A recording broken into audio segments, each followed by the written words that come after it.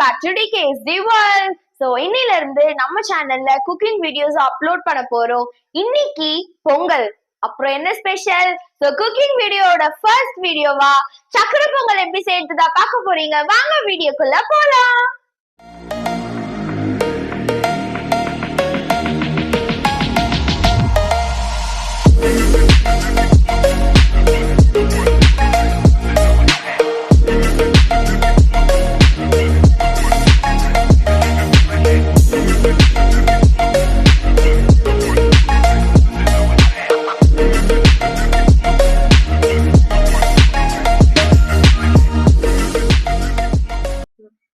முதல்ல சக்கரை பொங்கல் செய்யறதுக்கு 1.25 ஆழாக்கு பச்சரிசி எடுத்திருக்கேன். அது கூடவே 3/4 ஆழாக்கு சிறுபருப்பு எடுத்திருக்கோம். முதல்ல இது ரெண்டுத்தையும் ஊற வச்சுக்கலாம். மொத்தம் நம்ம 2 ஆழாக்கு எடுத்திருக்கிறதுனால இந்த குண்டால ஒரு 3/4 குண்டா அளவு தண்ணி எடுத்துக்கலாம். அது கொஞ்ச நேரம் கொதிக்கணும், அதனால அடுப்பு ஆன் பண்ணி ஹீட் பண்ணிக்கலாம். சிறுபருப்பை ஒரு 2 தடவை தண்ணியில் நல்லா வாஷ் பண்ணி எடுத்துக்கலாம். முதல்ல சக்கரை பொங்கலுக்கு சிறுபருப்பு தான் சேர்க்க போகிறோம், அதனால் முதல்ல அதை நல்லா க்ளீனாக வாஷ் பண்ணி கழுவி எடுத்துக்கலாம். தண்ணி நல்லா கொதிச்சு வந்துருச்சு. இப்போ இதில் நம்ம கழுவி வச்சுருக்க சிறுபருப்பை சேர்த்துக்கலாம்.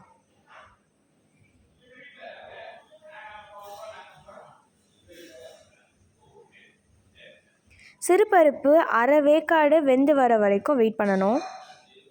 பருப்பு அரை வேக்காடு வெந்து வந்துருச்சு. இப்ப இதுல நம்ம கழுவி எடுத்து வச்சிருக்க பச்சை அரிசியை சேர்த்துக்கலாம்.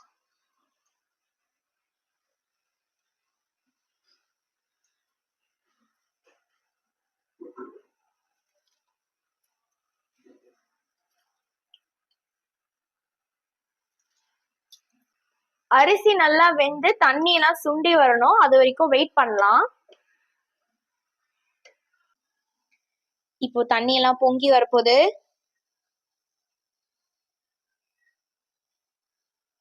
பொங்கலோ பொங்கல், பொங்கலோ பொங்கல், பொங்கலோ பொங்கல். அரிசி நல்லா வெந்து வந்துருச்சு, தண்ணியும் நல்லா சுண்டிருச்சு. இப்போ இதுல நம்ம வெல்லம் சேர்த்துக்கலாம்.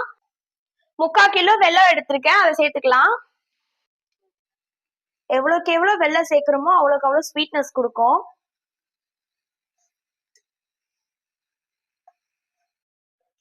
இப்ப இதுல வெல்லம் சேர்த்தாச்சு, நல்லா கிளறி விட்டுக்கலாம். நல்ல பாகு வெல்லமா பார்த்து வாங்கிக்கோங்க, அதுதான் ஸ்வீட்னஸ் கொடுக்கும். இப்போ ஸ்டவ் சிம்ல வச்சுட்டு கொஞ்ச நேரம் கொதிக்க விடலாம். அடுத்து ஒரு கடாயில வறுக்கிறதுக்கு தேவையான அளவு நெய் சேர்த்து, நெய் உருகி வந்ததும் முந்திரி பருப்பு சேர்த்து நல்லா பொன்னிறமா வறுத்து எடுத்துக்கலாம். முந்திரி பருப்பை உடைச்சு சேர்த்திருக்கேன்.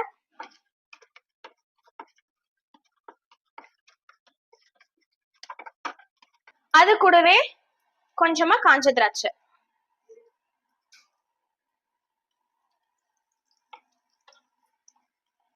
காஞ்ச திராட்சை நல்லா பெருசா வரணும், அது வரைக்கும் அதை வறுக்கணும்.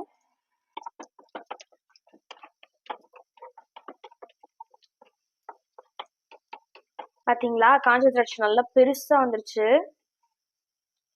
அவ்வளவுதான், நல்லா கோல்டன் ப்ரௌனா வந்துருச்சு. இப்ப இதை ஒரு தட்டுல மாத்தி எடுத்துக்கலாம்.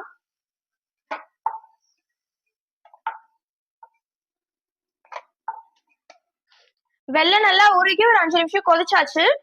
இப்போ அதுல நம்ம வறுத்து வச்சிருக்க முந்திரி திராட்சை, அது கூடவே நெய்யும் சேர்த்துக்கலாம்.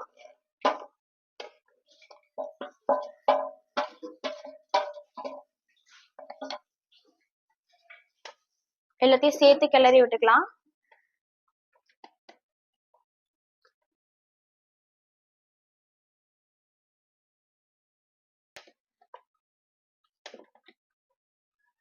கடைசியா நம்ம ரெடி பண்ணி வச்சிருக்க சக்கரை பொங்கல் மேல நெய்யை உருக்கி சேர்த்துக்கலாம்.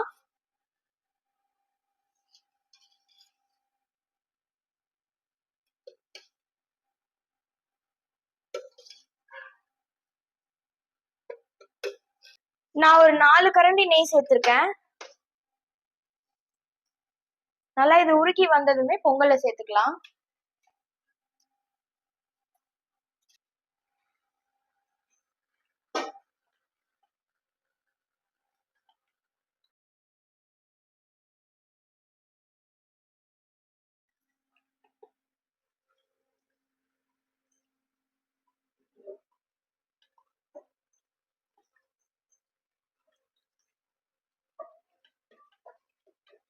அவ்வளவுதான், நல்லா நெய்யெல்லாம் உருகி வந்து கம கம்மன்னு தலை சக்கரை பொங்கல் ரெடி ஆயிடுச்சு.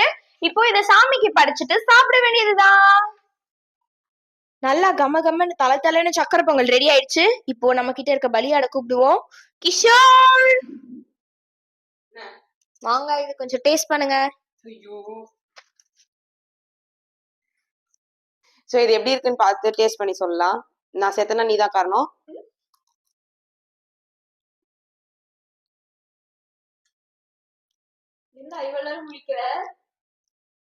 பாராட்டணும்ல, அது எனக்கு பிடிக்காது.